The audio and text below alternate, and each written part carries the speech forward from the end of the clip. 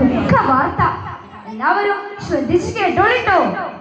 ആരംഭപൂവായ മുത്തുനബി സ്വല്ലല്ലാഹു അലൈഹി വസല്ലമ തങ്ങൾ ഒരിക്കൽ ഇസ്ലാമിക പ്രബോധനത്തിന് വേണ്ടി തോഫിലേക്ക് യാത്ര പോയ ചരിത്രം നിങ്ങൾ കേട്ടിരിക്കുമല്ലോ.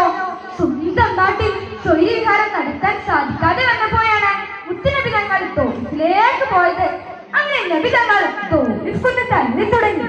മറുഭാഗത്ത് കല്ലും വടിയും മറ്റു ആയുധങ്ങളുമൊക്കെയായി തോഫിൽ നിവാസികൾ നബി തങ്ങളുടെ വരവും കാത്തിരിക്കുകയായിരുന്നു.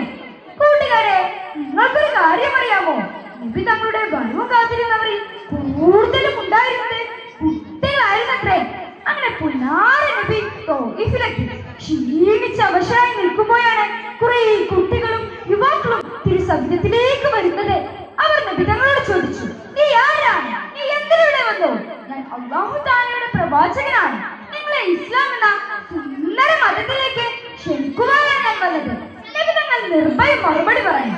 പക്ഷേ അവർ നബി തങ്ങൾക്ക് വിധേയപ്പെട്ടില്ലെന്ന് മാത്രമല്ല, പല നിലക്കും വേദനിപ്പിക്കുകയും ചെയ്തു. കാലിൽ നിന്ന് രക്തമൊഴുകാൻ തുടങ്ങി.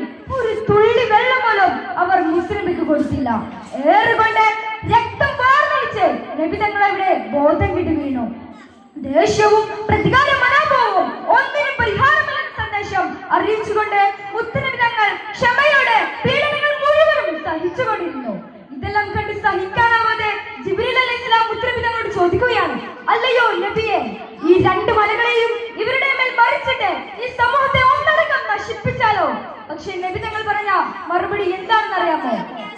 അവർ എന്തെങ്കിലും ഹിദായത്തിലേക്ക് വന്നാലോ?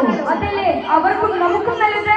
കൂട്ടുകാരെ, ഇതിൽ നിന്ന് നമുക്ക് എന്താണ് മനസ്സിലാകുന്നത്?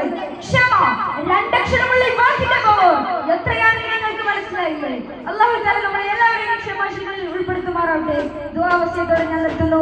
അസ്സലാമു അലൈക്കും വറഹ്മത്തുള്ളാഹി.